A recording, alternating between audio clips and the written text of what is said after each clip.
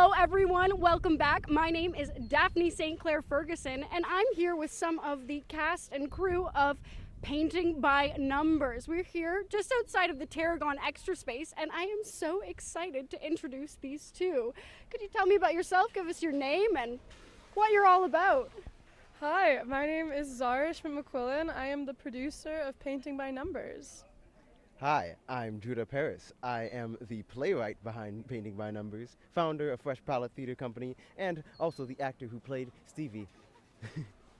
Wonderful. So you've got your hands in like everything here, covered in paint, right? Yeah.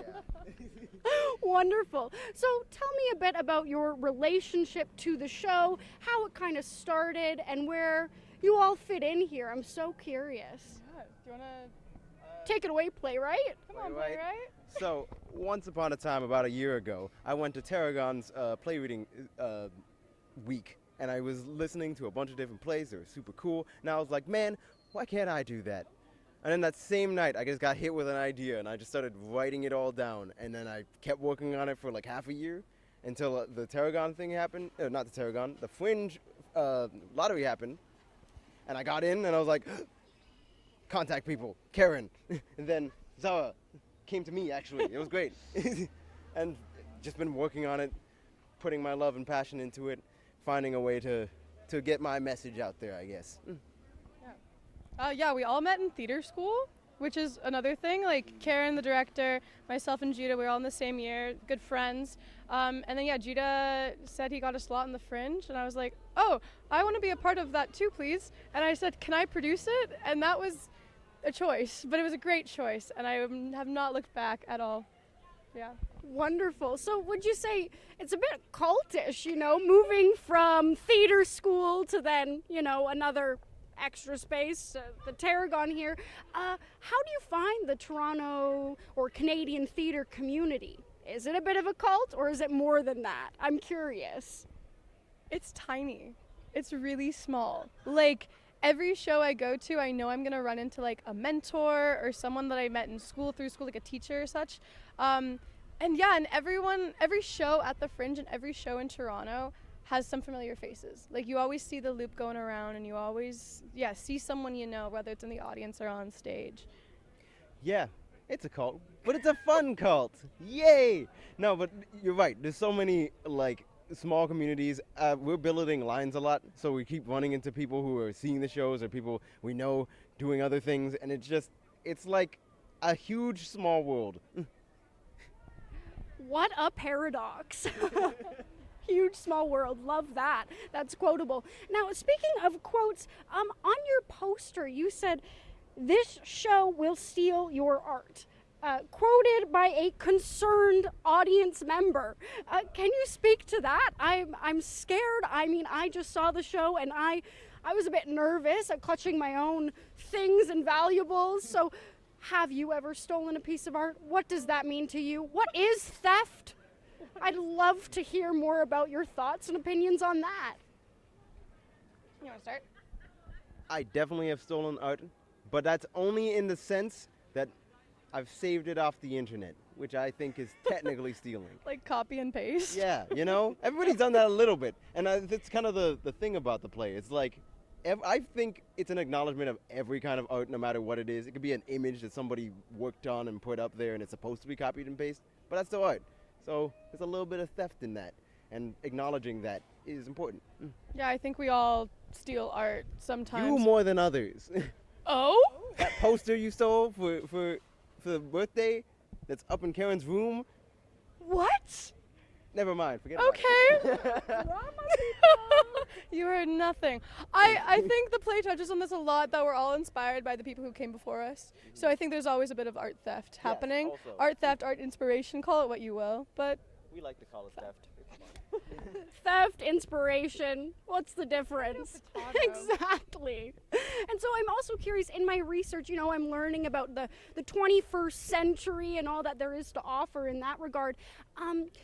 There's this whole movement with AI, and I know it's a bit of a touchy subject, especially as artists, but I'm curious, theft and AI, what your thoughts are on that as well in this whole theater world. Yeah. Actually, when Judah first brought me the play, or when I first read it again when we were going to start production, I was like, the tones of like people like getting things from AI are like so huge and like so present there. And I don't know, it's hard not to use it these days, I think. Like you have to go out of your way not to use it, which is really unfortunate, but yeah. I think there is an ethical way to use AI that benefits everyone and allows people to continue to pursue their passions instead of stripping them away and making their lives more boring and helpless and not passionate, you know?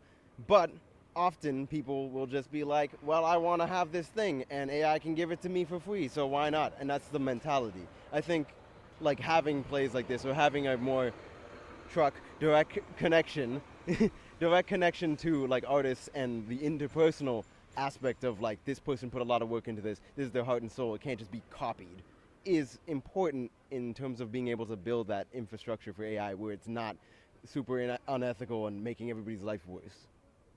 Wonderful. Enough said. Very insightful.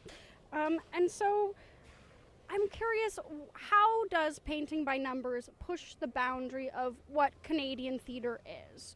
You're talking a lot about theft of art, which I think is really curious and quite interesting and innovative in a sense, but I'm curious your opinion and your perspective on what it's doing to push the boundary of what Canadian theatre is. Yeah, I think a big thing with Fresh Palette Theatre Company, which is the company that Judah started, is really to push for emerging artists. Our cast are all recent graduates of various schools. Our set is made up of paintings done by local artists who are all like either still in school or just freshly out. And even ourselves, like we're very emerging. And we talked about the cultish theater community before. Like you see those same faces again and again. But I think the simplest way that we're trying to push the bounds here is to bring in different voices and to see new people coming in and what they can do and giving them those opportunities. I think that's a really big thing. Yes, it is a very big thing.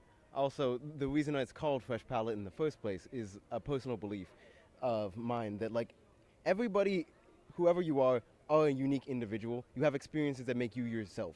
Those are your paints, that's your palette.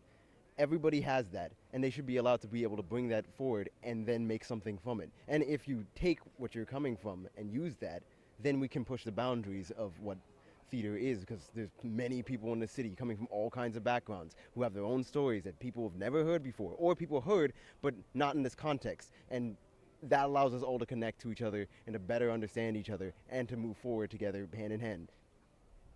Oh, wonderful. One of the biggest things I'm picking up from all of these interviews is the importance of community and learning, so I'm so happy to be learning with you guys today. It's just such a pleasure. And what have you learned about yourself or others through this process? Have you introduced a new paint color to your palette, you know? Have you, painted on someone else in some kind of way? You know what I mean? What have you learned? Well, you never know. It is a bit of a cult, right? Yeah. I would say learning to trust and also to let go are like the two things that I've really been grappling with. And it's been like the plan the whole time. I'm like, I will write this play, I'll give it to Karen, I'll give it to the artists, and they'll do stuff with it, and I'll just act. Didn't really work out that way. But learning to learning to trust in the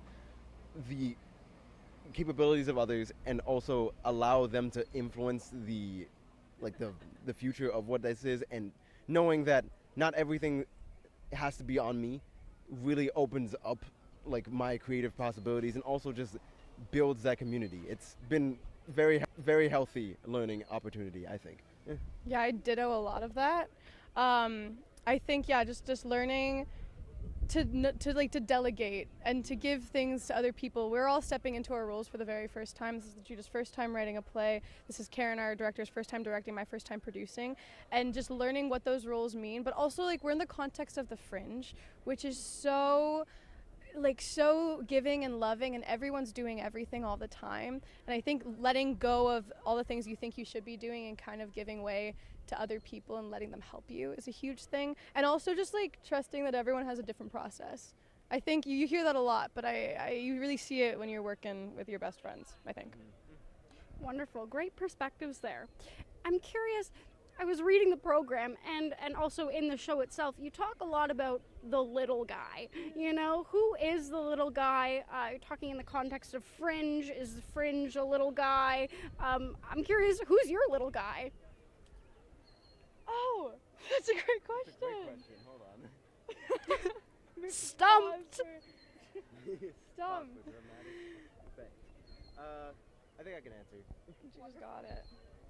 From my perspective, the little guy, one, the people starting out, like us emerging artists, I think, and also there's a bit of a difference in, especially the Canadian theater scene, between like the Mervishes of the world, who are like making profit. They're for-profit organizations. They are able to advertise. They're able to do this, that, and that, and get their work out there and make lots and lots of money. And then there's the non-for-profits, like Tarragon, for example, who are like kind of in the middle. They're able to make enough to continue making whatever they need.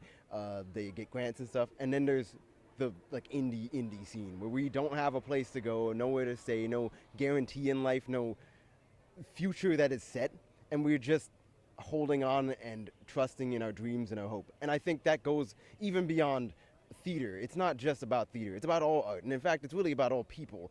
Like people who don't have all the privileges of other people and are struggling more to make their mark on the world with the little bit of time they have, you know? That's what I would say is the little guy for me. Yeah, I think I agree, and I would say a lot of, like, everyone has a little guy in them. And, well, hey.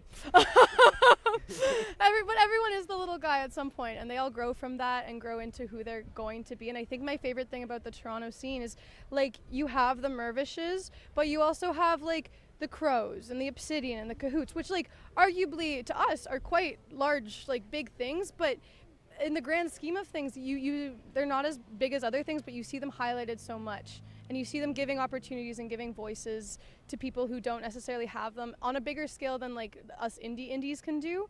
But like, I don't know, they have the capability to give voices to those people. And yeah, I think we all start from the place of being the little guy, and I think it never really leaves us. I don't think it ever can. Wonderful. I feel my little guy in me right now.